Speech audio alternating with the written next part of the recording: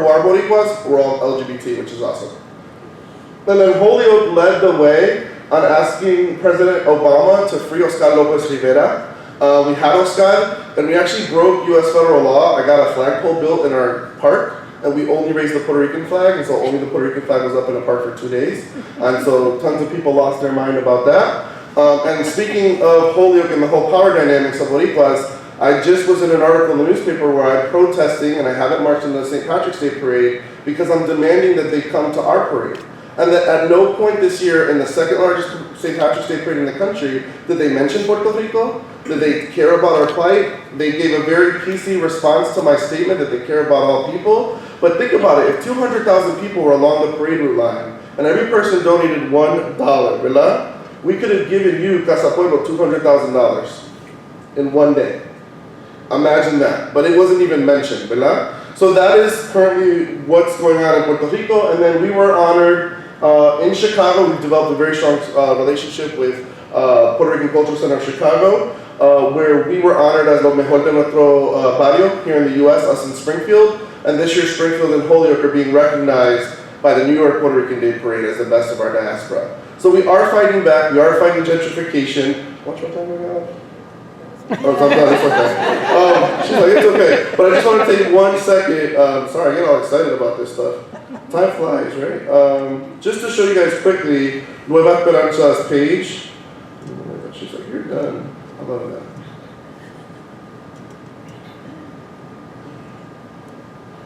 Is the internet's working with that? Perfect. How do you make it bigger? Because I suck at it. How do you make it bigger? Green button? Can you tell them a PC, not a Mac? Okay. So this is Nueva Esperanza, and I just wanted to show you some of the work that we do. And so like I said, we have a women of color group that meets at Nueva called Instill We Rise. Los Viajeros is a men of color group that we're working on breaking down machismo and doing our own self-work. We just had an amazing 4-day indigenous circle training process with PhD Saida Pinto that had 35 members of the community who are now trained circle process facilitators. We have Ambiente Positivo. Holyoke's the 3rd highest city in the state of Massachusetts with people living and contracting HIV and AIDS. And out of that, 77% are Boricuas, Latinos. So there's a lot of work to be done, and we're planning an educational exchange trip to Cuba, May 11th through the 17th. So if anybody wants to come, that's open to the public. There's a small fee, but you could book your own airfare. We're gonna go see how Cuba does work around HIV and sex work. We're developing the Pioneer Valley Community Organizer Institute. So if UMass wants to get in on that, that'd be great. We have a parent empowerment program. We started a social justice youth camp for kids ages 8 through 14, where we taught kids who are now 5th generation Boricuas the decolonized history of Columbus in the US. They learned about Veracruz, Campos, Betances. Kids who have never seen the island were doing bomba en plena, and they got in trouble when they went back to school because they called Columbus a genocidal maniac. We started the associations. We have affordable housing. We own housing units. We own part of an energy company, and then our cultural stuff. So please connect. I can't wait to connect to you, but that's what's going on in Holyoke around the Puerto Rican diaspora. Es un honor. Thank you so much.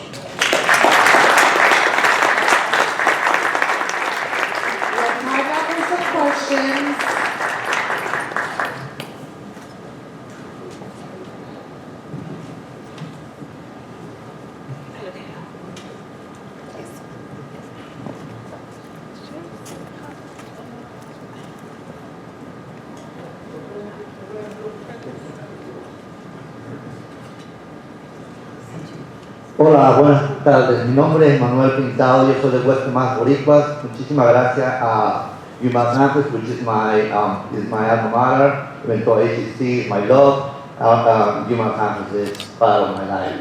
But thank you for doing this. I mean, this is great. I mean, like I tell a lot of people, we need to teach our children. We need to change the curriculum in world education. We need to let them know what Puerto Rico is. Why are we so colonized? So my question is, after Maria, residents they started to turn the island into privatized, and only time she came with an article for the Independent, the Battle of Paradise. I'm very much about organizing. Nelson knows me. A lot of people know me, that who I am, what I am. You know, I'm, like I said, West of my Boricuas. West Valley Valley West Center. But to me, it's about educate, engage, organize.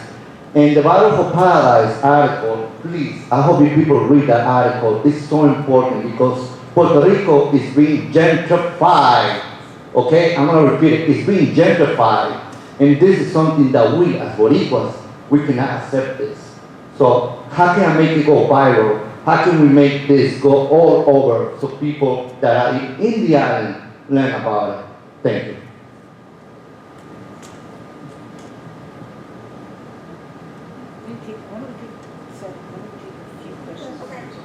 So we're going to take several questions and then have the panelists answer. So we're going to go around if anyone has questions.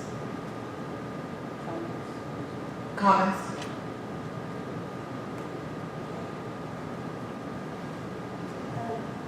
Yes, hi. Following up on the question on gentrification and the Klein article, which I second what Manuel just said, it's a really important piece. I'm wondering about the structural changes that the government is doing to actually allow Bitcoin as a legal currency in Puerto Rico. Because one of the things that, Klein raises is the way in which you have these Bitcoin billionaires going to Puerto Rico and using Bitcoin as a sort of legal tender to, actually purchase property. I couldn't believe that they purchased in Museo del Niño in San Juan. Those of you who ever went there as a child, I couldn't believe this, And so, what is being done, what is the government doing to actually create, sort of legalize Bitcoin in Puerto Rico? See it as a kind of, as Puerto Rico has been a laboratory, right, for these neoliberal experiments throughout, the time, and other kinds of experiments. Right? So what do you see happening, and do you see resistance around this particular issue? Because I think it's extremely dangerous in terms of the kind of speculative destruction, right, that this can cause down the line. On that topic, I actually just arrived back to Massachusetts from Puerto Rico 1 week ago today, and I was at the Museo de Niños that actually helped clean the floors in that museum that haven't been cleaned for 3 years. And I know there's a lot of information in the press that wants to paint a particular picture, and I'm sure there's individuals who have good intentions and those who don't. I work with people who were from some of these Bitcoin groups and blockchain groups who are installing solar panels, who help get food and materials out to people who still, hundreds of thousands of people who still don't have it. So I'm sure there are people there with maybe the wrong intentions, but they're actually locals who are now using cryptocurrencies. The Museo de Niños actually has solar panels and battery backup, so it's fully self-sufficient. They're working on resilient power for the island. So I know there's a lot of press. I'm happy to speak with anybody here afterwards because I've had a personal experience for 10 days down there, cleaning up beaches, helping with folks with solar panels, helping them clean up the museum, etc. So there are some good people that work down there, notwithstanding what may be in the press.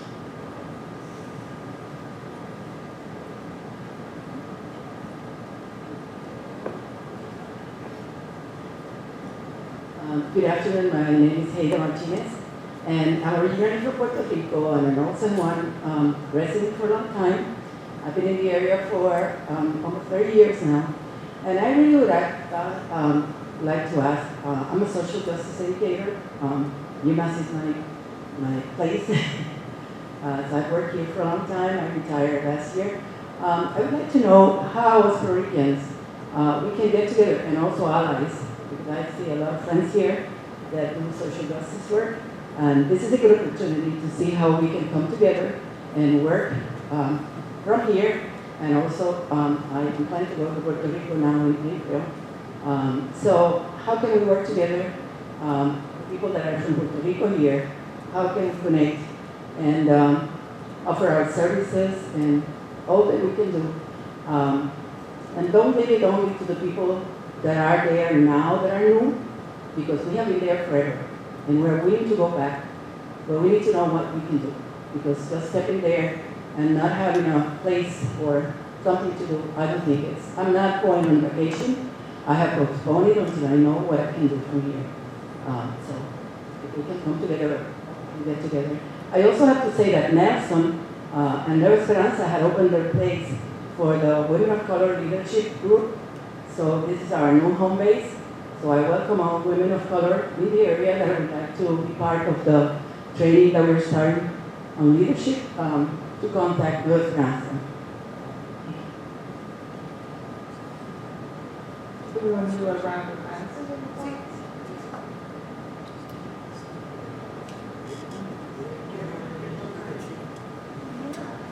I can only say that we're pretty aware that we have been gentrified, and we're trying to, I mean, that's the beautiful slogan, aquí viven gente, who tends to respond to that sense of displacement and yeah, it's like, I don't know, the things that it's really, it has been very difficult to articulate a resistance, because people in Puerto Rico, especially after the hurricane, they're struggling to survive on a daily basis. So if you know, in that context, have been very, very hard to articulate something bigger than, you know, basic needs. But we are pretty aware that, you know, they want to get us out of our own island, our own communities, our own places.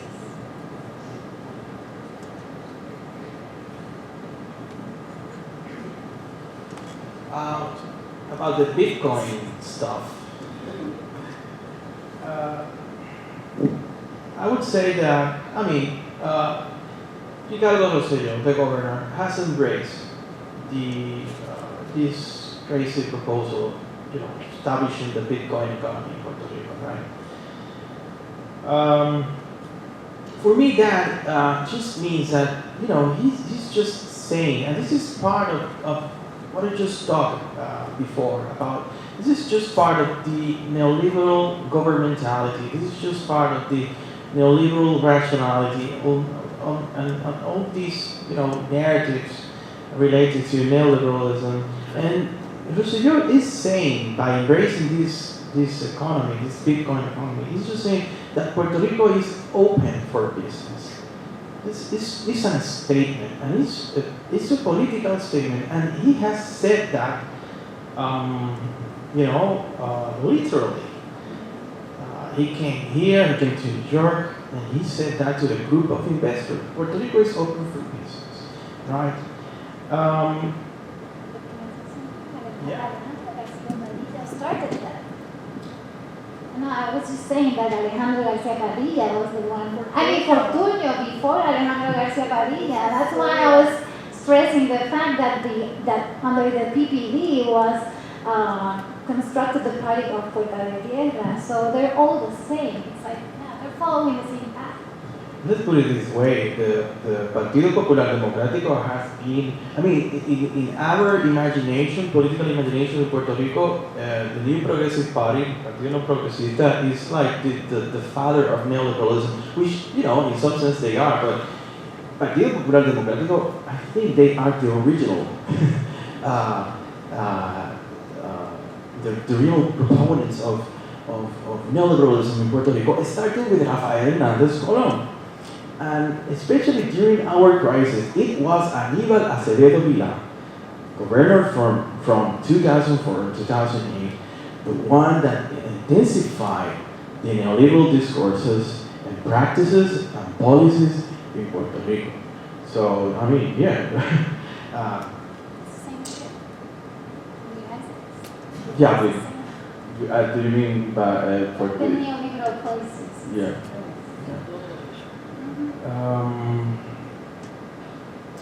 You know, I think that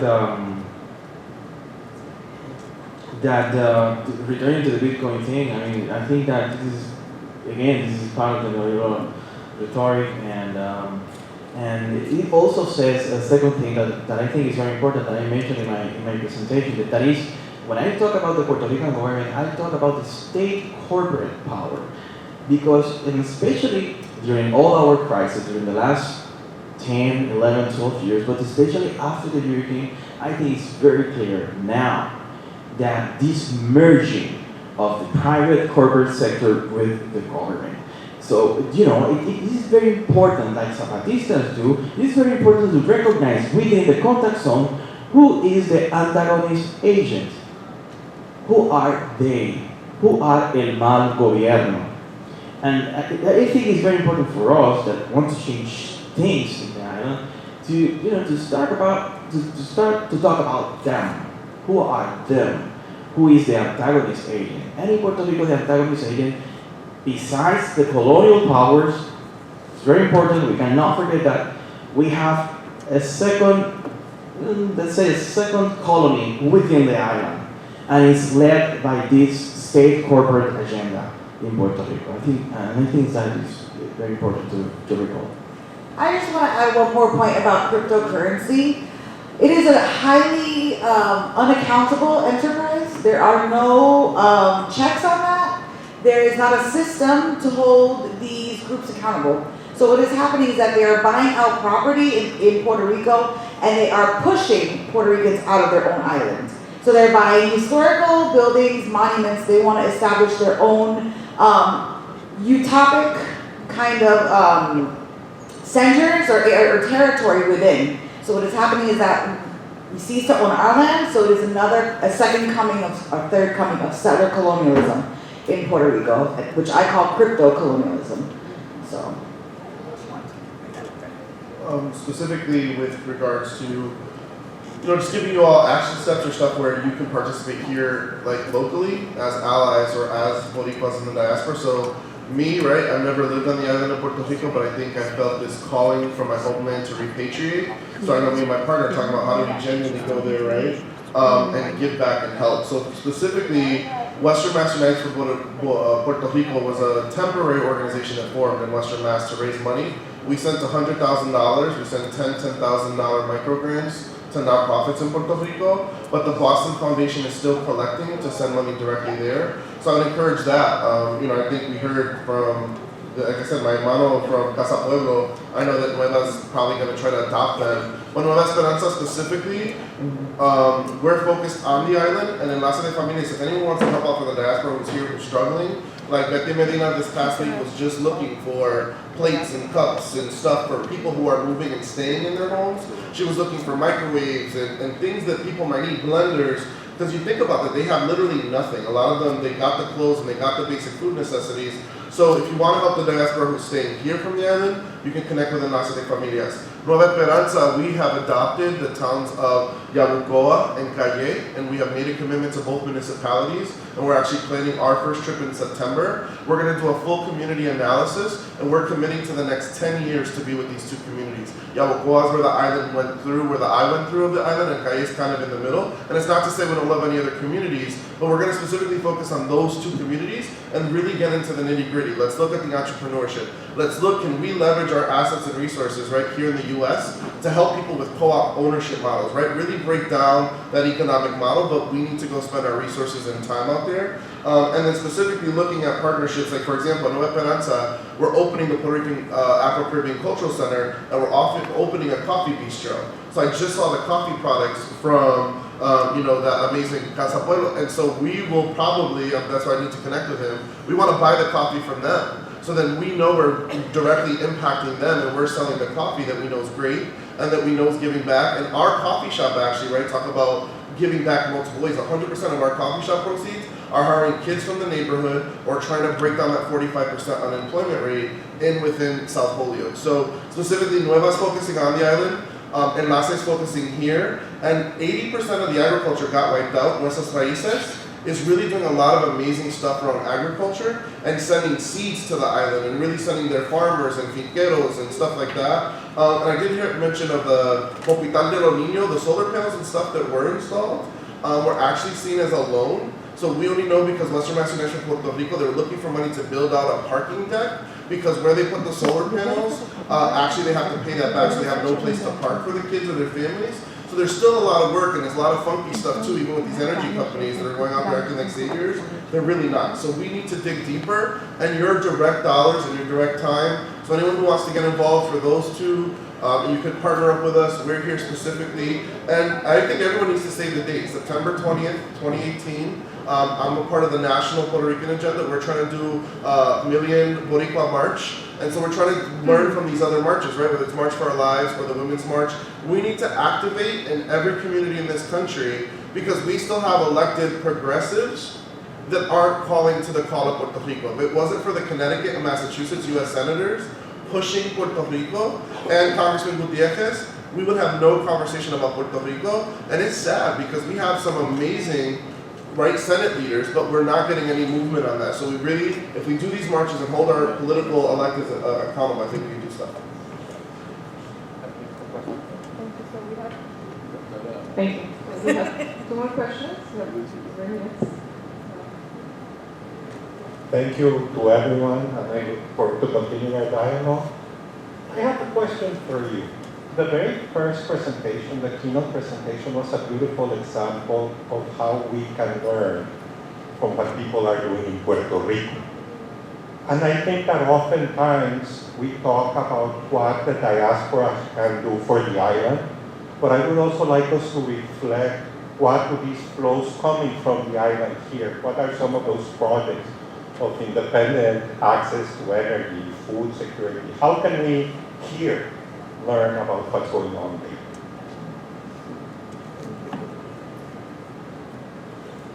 there? My question is for Nelson. Thank you for your presentation. It is an educational opportunity for the UMass community to know about what people in Holyoke are doing. We are neighbors, but spiritually we are basically disconnected, and many people from Amherst don't know about the reality of Puerto Ricans in the Holyoke community. My question to you is the following. I came here in 1989, and I remember that around 1990, 1991, the Wall Street Journal, which is not precisely a progressive newspaper, published an article, and the headline said, "Trash City." Well, because there had been a referendum in Holyoke, and the people there at that moment, the majority voted to raise taxes in order to collect trash and to pay for firefighters, but not to help the educational system. So my question is, given the case that the Puerto Rican community in Holyoke, even though it's not as old as the Puerto Rican community in Chicago or New York, or it's an old community, whether you can tell us something to learn. What are the structural barriers that are keeping the Puerto Rican community in that abject and humiliating condition of poverty and dispossession, the renting, for example, that you mentioned, the incarceration rate. So, what are the structural features that are keeping this population down? Yeah, thank you. Thank you for both of those questions. So I'm going to start there and I'll kind of segue here. So specifically, that's why I'm here today. Nueva Esperanza is launching the Holy Rican Immersion Project, because we realize that throughout the waves of our diaspora, we do learn when the island comes here. So for example, Joy and Sharon are at Hampshire College. They're two Latina college students that also have Colectivo Volver Vivir, and they're a collective of female muralist artists in Puerto Rico. They're coming here this summer to paint 2 murals with their collective, but teach kids in the neighborhoods how to do those murals, number one. Number two, I found a gentleman who knows the true history, right? Last summer, we had a college intern who did a great job researching the Gigante mask, but this señorita, I call her señorita, she's one of my seniors now, she lives in the senior tower. She came from Morovi, she knows the history of the Gigantes, and she knows how to make them. So esa anciana is going to come to Cuyo and teach the kids how to do the Gigante mask. The school district just contracted Nueva. We're going to take over for 8th and 9th grade. They've seen a huge influx of ESL students who came from the island. Nueva is going to be leading their summer camp process, but the kids, right, all through self-governance, get to determine what they want to learn, and then those students get to teach the little kids at Cuyo what they've learned or what they want to teach them. So the Holy Rican Immersion Project is connecting the diaspora with that new wave of Boricuas who are coming and letting them teach and explore. So at the Cultural Center, book clubs or conversations, all right, or charlas, and we're starting Café con Conversación for the seniors in the morning. We're providing free coffee, novela, cable television, and coming with pan and mantequilla, and just letting them talk and connect so we can truly learn what's going on. So I just wanted to answer your question to say that's the point of what we're trying to build here. And anyone you come into contact with come from the diaspora, please send them our way. And to answer your point, the structural barriers in Holyoke, ¿verdad? 90%, even though the district will say it's only 70% of our school district is Latino, ¿verdad? They're Boricuas, okay? So I think for a long time, and I'm a storyteller too, and the mold of Maria, I keep saying Maria, but the foundation of education, this is a story that Betty Medina Lisazuain shared with me, the Holyoke public school education system, was when the factory owners, right, found out that Massachusetts was gonna mandate education for kids, right? They went and they bribed the city councilors, because there was no school committee at the time, to make it so that way students would be in school for only 3 hours a day so they could work in the factory for 6. So if that's the foundation of education, ¿verdad? That's what we have to go with. Every year I as a city councilor ask, what's the population of the teaching staff and where do they live? Every year. 90% of our teaching staff is white, and not to say that that's a problem because there's amazing teachers in the Holyoke Public School, but if I'm a estudiante de Puerto Rico or I'm from the hood and I can't see someone that relates to me, my partner was a math teacher at Morgan, the only Latino in the whole school. And when the kids would see him at the festivals, "Ay, Mr. Hernandez, you're drinking a cerveza, mira, estoy aquí, déjame quieto." But they connected with him. And then the second thing, we have teachers living as far away as Albany, New York, and New Haven, Connecticut, driving into Holyoke every day. Are you really invested in the community? So number one, I'm pushing residency requirements, whether it's department heads, police department, fire. We have a lot of people in Holyoke that are calling the shots and leading who don't live in the city. The second thing is a lack of research, and I thank Valentin for being here. I know I call Valentin Professor, I'm sorry, but I love you. But Valentin and Vanessa Rose, we lack the data to really combat that, but people like Valentin with his recent class, Colonization in Our Backyard, involve community members to get the data and reporting we need to prove to the city. Because the city says gentrification is not happening, right? When I asked, and by the way, I love Marcos Marrero, he's the head of economic development and planning, he's a Boricua. But when he first started, he said, Nelson, gentrification is not happening, right? He said it's not happening. But then the last year I have an email where, right, neoliberal folks are saying gentrification, a little gentrification is not a bad thing. I have it in email. So I sent Marcos an email back, mira, viste mi amigo, a little gentrification is not bad. Imagine if this was any point in history in any marginalized group, they would say, well, little killing isn't that bad. And he said, oh, but you're being extreme, but that's what happens. So I think Vanessa Rose in Mount Holyoke, her student has now compiled data to give us the proof that gentrification is happening in Holyoke. And not just around housing stock, 90% of the businesses in Holyoke are white owned. The 10% that are left over, our Dominican brothers and sisters are doing great. Son los bodegueros, they own the salons, but we have less than 2% entrepreneurship rates in Holyoke that are owned by Boricuas. In Chicago and other communities, we have this whole resource wealth around us. So yes, so I know, I gotta wrap it up. But just to let you know, those systemic barriers are what hold us down. And we really need that employment. And so we need college students, we need your institutions to give us the research.